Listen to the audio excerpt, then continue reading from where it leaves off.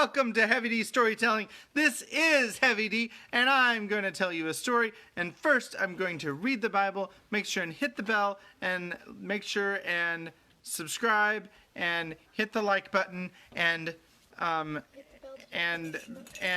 make sure to ring that bell because videos will be missed otherwise. All right, so now we're on Ecclesiastes chapter 7. This is the English Standard Version of the Bible. Let me begin.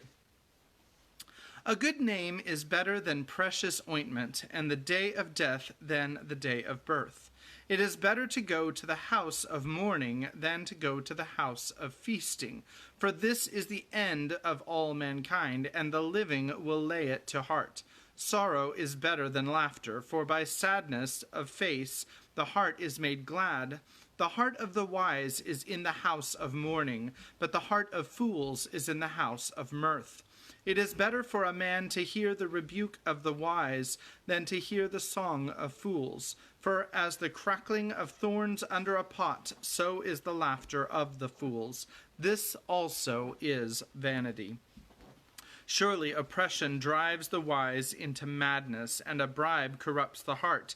Better is the end of a thing than its beginning, and the patient in spirit is better than the proud in spirit.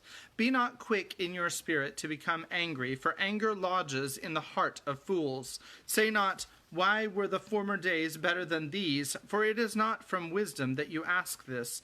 Wisdom is good with an inheritance, an advantage to those who see the sun. For the protection of wisdom is like the protection of money, and the advantage of knowledge is that wisdom preserves the life of him who has it. Consider the work of God, who can make straight what he has made crooked. In the day of prosperity be joyful, and in the day of adversity consider God has made the one as well as the other, so that man may not find out anything that will be after him. In my vain life I have seen everything. There is a righteous man who perishes in his righteousness, and there is a wicked man who prolongs his life in his evil doing. Be not overly righteous, and do not make yourself too wise. Why should you destroy yourself? Be not overly wicked, neither be a fool. Why should you die before your time?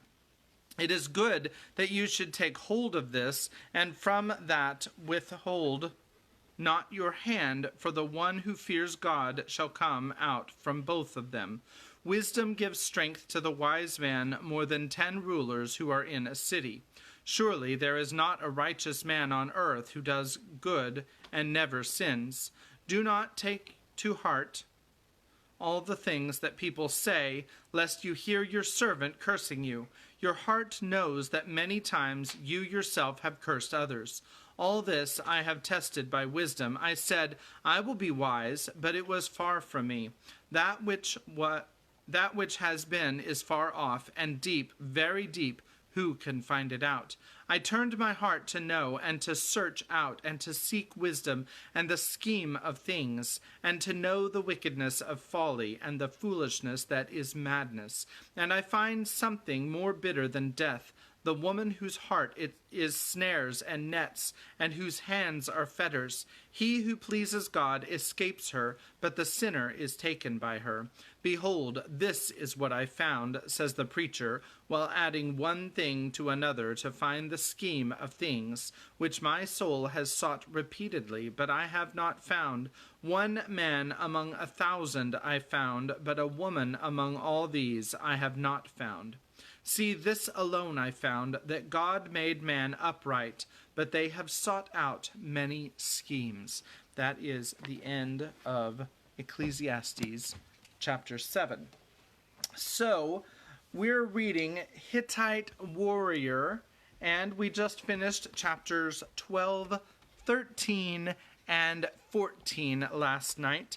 So, in those chapters, basically what happened is that Uriah found out that Sisera, who is the man in Harosheth that his father asked him to go visit, he found out that Sisera is like the epitome of goodness and that he just blesses God's people all the time.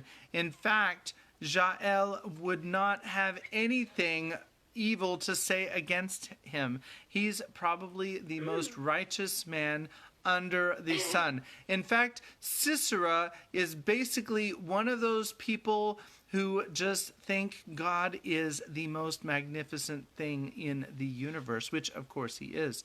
And so, I'm waiting for Kimberly to correct me. I think here she comes to say how it really happened.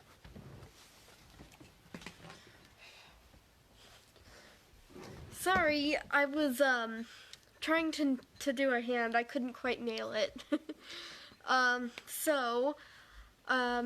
What actually happened is it turns out the guy at Sisera is actually pretty much the Hebrews' worst enemy, and they're preparing for war against him. So, I'm very sorry I forgot his name. I'm gonna remember it at the very end of the book. Yes, Uriah. He's like, my dad told me to go over to this guy, and I wasted so much time here, and this must be retribution for breaking my promise. So he goes, steals a bunch of food and water, and now he's off. And I'm going to hand it off to Dad, who's going to read us a story. And I'm sorry about your pillow again, sorry. Oh wait, where's Baby Yoda? He's back here. He fell over.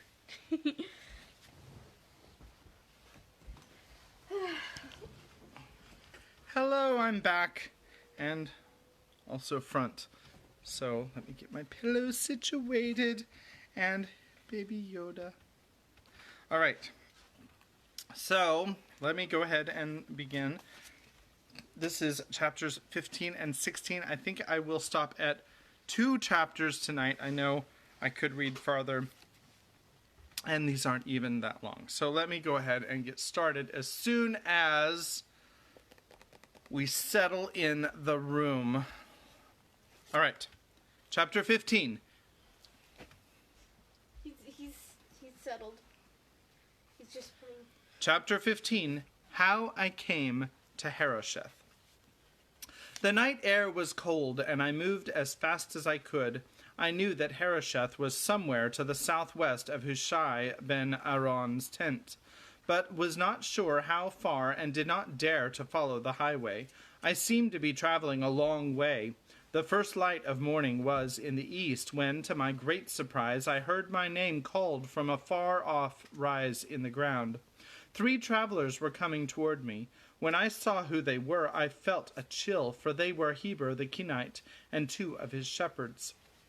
There was a strange, sly smile on the face of Heber when he reached me, and his shepherd stood back watching me with cold, curious eyes. "You are far from the tents of Hushai," he said to me. "Surely my eyes do not deceive me, and your face is turned toward the city of Harosheth?" I could not lie to him, and he smiled again. "I too have business in Harosheth," he said. He grinned suddenly. "Better business than I had thought."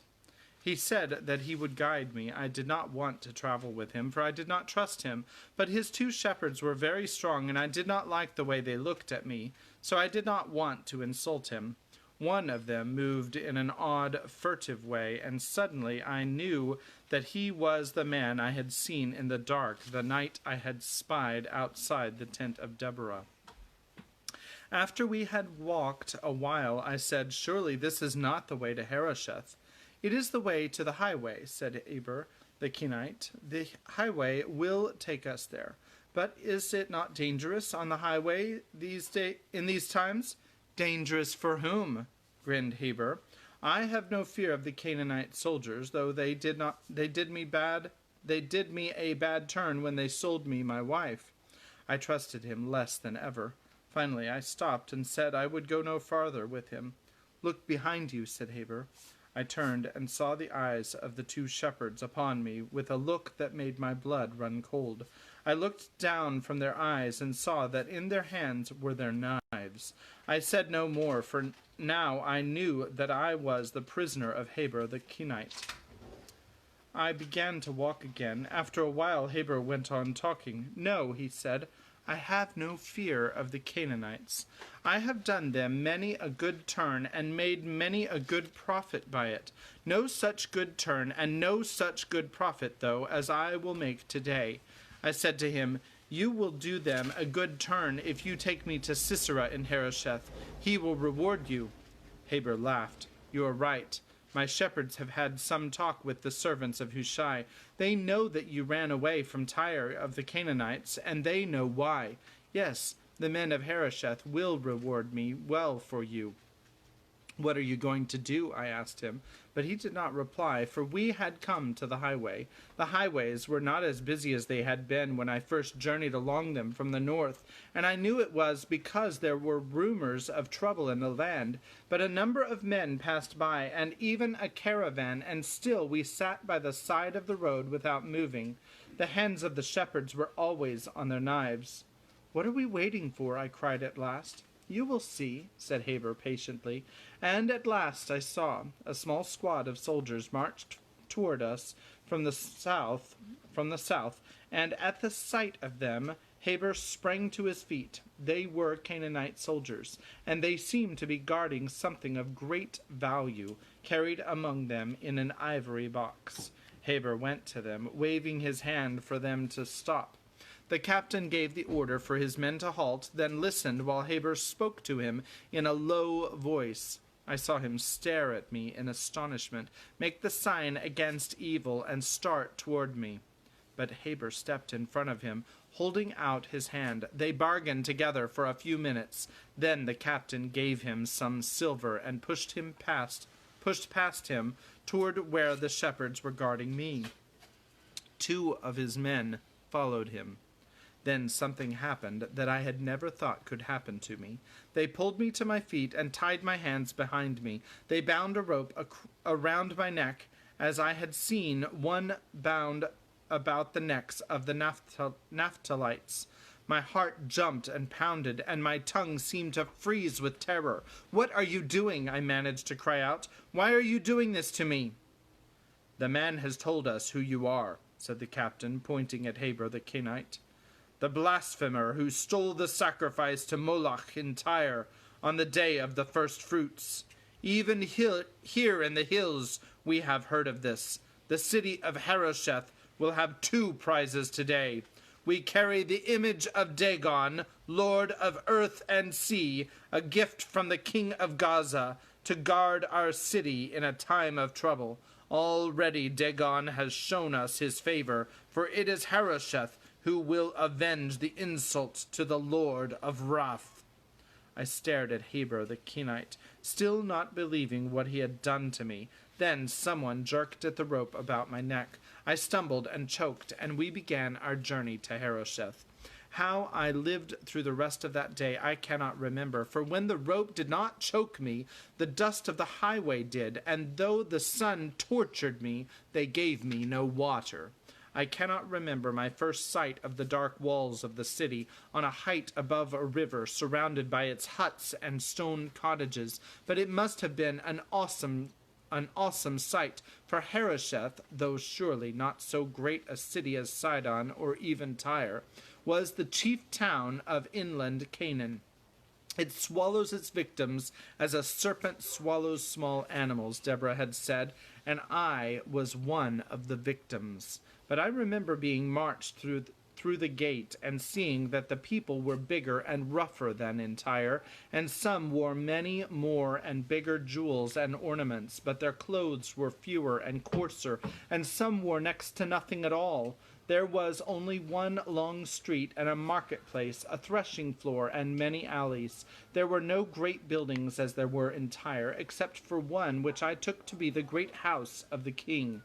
The people stared at us and shrank back out of our way, and some of them spat at me, for they could see I was not a slave, but a prisoner, a criminal of some kind. A beggar shouted something at me as we passed, and I think he put a curse on me, which frightened me more than ever. Father, I said to myself, I promised to come to Harosheth, but not like this. They took me to a prison, a dark underground place beneath the city wall. I was chained and given some water to drink, which I gulped down as though I had never had water before. Then they left me. I thought that I had been afraid many times before, but now I knew that I had never known what fear was. It was dark, and the air was wet and evil-smelling, and I could hear the scratching and running of rats. A guard brought me some food that night. At least I suppose it was night, for there was no light in any case. Listen, I said to him, you must help me. He did not answer. Can't you speak to me? I asked him, but he only shoved the bowl of meal over toward me, along the floor. Listen, I said again, surely the lord of this city is a man called Sisera. When he still did not answer, I said, you must go to him, or if you cannot go, you must have someone go for you. You must tell him that Uriah Tarhund, son of Arnadash, the Hittite, is here. The man turned to go, and I shouted after him, Arnadash, the Hittite! You must tell him that. He will reward you. But the man was gone. I had not seen his face, so I could not tell if he had even listened to me. And if he had, would he bother to speak? And if he did, could I really be sure that this great Lord Sisera was the man who was my father's friend? And what if he were not? I threw myself on the slimy wet floor and cried from fear, for I was still very young. Chapter 16. The Priest of Moloch. I cannot say how long they kept me in the prison, except that it was long enough for me to get used to the rats. They fed me enough and gave me enough water, but no one spoke to me. Sometimes, just for the sound of it, I talked aloud to myself, and even laughed aloud at the clever things I said. Then, when I stopped, all would be more silent than ever, except for the dank drip of water down a rock somewhere. Then terror would come upon me, and I would mumble frightened prayers to mighty Tishub and even to Moloch. At last, for the first time, the keeper spoke to me. Come, he said. That was all, and I followed him with shaking knees, my chains dragging behind me. Some soldiers met us and took me from the keeper. They marched me through an underground way that twisted and turned, and finally up some dark, narrow stone steps, then so suddenly that I rubbed my eyes into the light.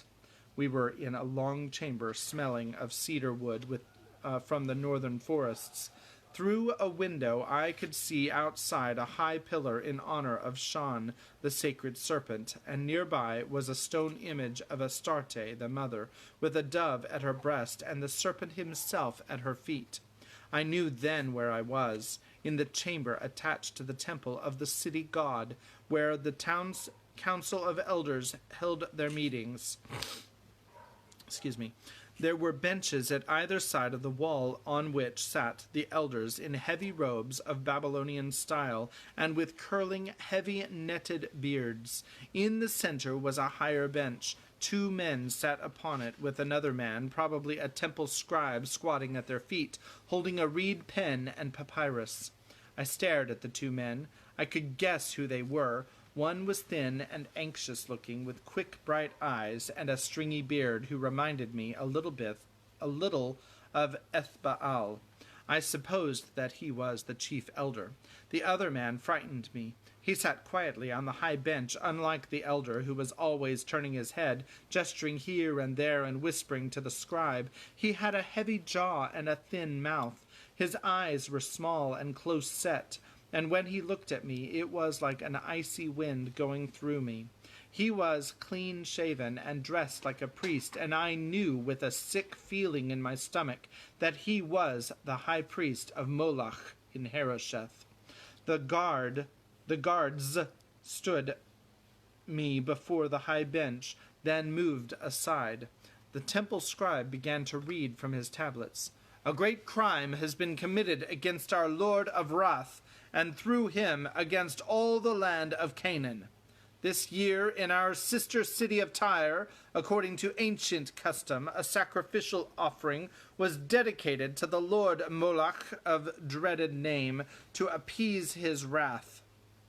On the eve of the day of the first fruits, the offering was stolen, bringing down the wrath of the gods and all manner of evil upon all the land of Canaan. If this prisoner has conspired in this crime, he is worthy of the punishment for blasphemy, which is this: to be taken to the place of execution by the gates of the city and set upon with stones until he is dead. By our laws, 2 witnesses who will not deny each other must be brought forth. I ask leave of the Lord Elder to call them. The elder gave his permission, and the first witness was called. He was one of the servants of Heber the Kenite. He is not a witness, I thought. He was never even in Tyre. He could not have seen what happened, but it did not seem to matter too much. An insect was buzzing about the chamber, and I was watching it, shutting out of my mind what was going on around me, and taking a dreamy pleasure in the sunlight outside. Then I heard my name. I jumped. It was the priest of Moloch who had spoken. "What have you to say," he asked of me, "of what these honest men have told us? Have they spoken the truth?" "Part of it," I said at last, feeling too confused and tired to explain how much of it was true and how much was not. "Then you admit your guilt, my son?" he asked, in a calm, kindly voice. But I knew that he was determined that nothing should cheat his God and his city of their victim, and that there was no hope for me after all. The chief elder leaned toward him and began to whisper in his ear. Perhaps it was because I realized that nothing could save me, or it may have been a fresh breeze that happened to blow through the window and pass across my face. But suddenly I was no longer drowsy, and my thoughts began to clear. I watched the 2 men closely and began to pay careful attention. At last the chief elder turned back to me, smiling for the first time. "My son," he said, "you must look upon us as your friends. It is painful to us to see one so young accused of such a crime, and to be forced to judge you so harshly. Remember that we are servants of gods whom you worshipped in your own country. It is your duty to put your trust in us as you would in your Father, and tell us truthfully all we ask." I looked at him and said nothing. "Is it your desire," said the elder, "to redeem yourself in the eyes of Moloch, whom you have so gravely offended?" "Yes, my lord," I replied. "It was never my wish to offend the gods." "Then listen," said the elder. "We know that you took the sacred child to the Hebrews, and that you have been among them since then. We have heard rumors that the Hebrews are conspiring among themselves and are raising rebellion against us. Do you know of these things?" "Yes, my lord." "Then," said the elder, "give thanks to Moloch, for he has shown you the way to cleanse yourself of your great blasphemy. Think back to what you have heard of these things in the tents of the Hebrews. Cleanse your heart of them and tell us what you know." I stood staring at the 2 men on the high bench, and thought of the dirty black image of Moloch as I had seen it in the temple at Tyre. I thought of the tents of the Hebrews, and Deborah, and Tamar's hand on Jabin's shoulder, and little Aphia listening to the Red Sea song. A feeling that I could not understand came sweeping over me like wind across the grasslands at home, and I wanted, for some reason, to laugh out loud. "Answer the questions we put to you now," said the high priest. His voice was harsh now, not soft and coaxing like the elders. His eyes told me that redeeming myself in the eyes of Moloch did not mean saving myself from death under the stones. "Tell us their numbers," he said. "Tell us their tribes. Tell us their plans." "No," I said. I said it as my father had said it before, to the captain of the sea people. There was silence for a moment. Then the high priest leaned toward me. His voice was soft and shaking with wrath. "Then you are guilty of treason, as well as blasphemy." "Treason to what?" I asked, looking at him scornfully, and with all the pride I could muster I added, "I am a Hittite." When I said that,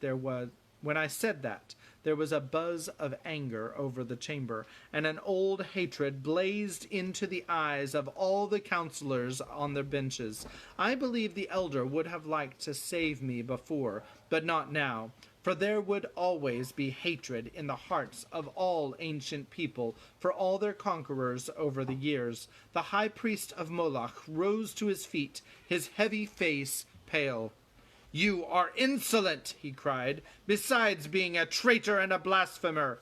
Do you know what happens to men who will not give honest answers? We test them in the ordeal by water." For a moment my head reeled. This ordeal was to be bound hand and foot, weighted down with stones, and cast into the water.